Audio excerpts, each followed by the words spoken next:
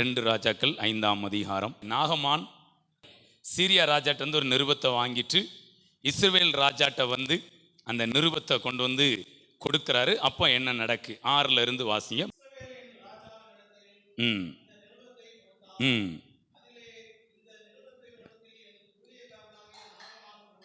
ம் ம் ஓகே. அடுத்த வசனம்.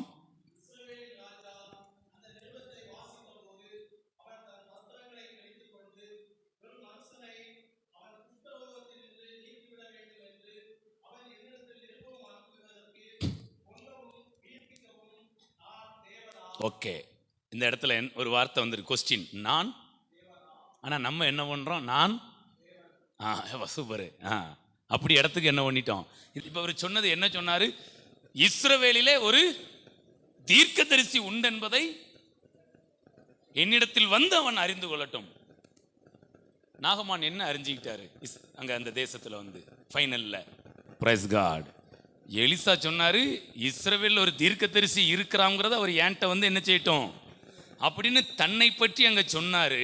ஆனால் நாகமான் அங்கே வந்து குஷ்டரோகம் சரியானதுக்கு அப்புறமா அவர் சொல்றாரு, இஸ்ரவேலில் ஒரு தீர்க்கதரிசி இருக்காங்கிறத நான் தெரிஞ்சுக்கிடல, இஸ்ரவேலிலே ஒரு தேவன் உண்டு என்பதை. Praise God. அப்போ நம்ம யாருங்கிறத கரெக்டாக நம்ம வெளிப்படுத்தினாலே தேவன் யாருங்கிறத ஜனங்கள் அறிந்து கொள்வார்கள். ஸோ இன்னைக்கு உங்களை பற்றி நான் ரொம்ப ஸ்ட்ராங்காக சொல்கிறேன். நீங்கள் தீர்க்கதரிசி என்பதை வெளிப்படுத்துங்க. நீங்கள் புத்திரருங்கிறத நீங்கள் உங்களுடைய காரியங்களில் வெளிப்படுத்துங்க. ஜனங்கள் ஆட்டோமேட்டிக்காக தேவனை அறிந்து கொள்வார்கள். அதில் அடுத்த பக்கத்தில் வாசிங்க. அதே அதிகாரத்தில் நாகமான் ஒரு சாட்சியாக சொல்கிறார் பாருங்க, 15. அப்பொழுது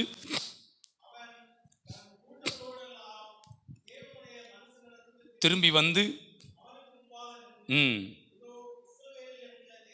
இஸ்ரவேலில் இருக்கிற தேவனை தவிர பூமி எங்கு வேறே தேவன் இல்லை என்பதை. ஆனால் எலிசா சொன்னது என்ன சொன்னாரு? இஸ்ரவேலில் ஒரு தீர்க்கதரிசி இருக்கிறாங்கிறத அவன் வந்து என்ன செய்யட்டும்.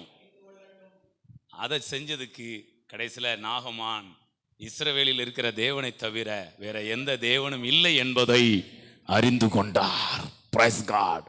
ஸோ நம்ம எல்லாருக்கும் ஆண்டவர் ஒவ்வொரு காரியங்களை கொடுத்துருக்கிறார். தீர்க்கதரிசி, ராஜாக்கள், ஆசாரியர்கள், ஸோ இதை புத்திரர்கள், இதை நீங்கள் கரெக்டாக ஸ்பிரிட்டில் இருந்து நீங்கள் வெளிப்படுத்தினீங்கன்னா ஹல்லேலூயா, நிச்சயமாக இஸ்ரவேலிலே இந்த உலகத்தில் ஒரு தேவன் இருக்கிறார் என்பதை ஜனங்கள் அறிந்து கொள்வார்கள்.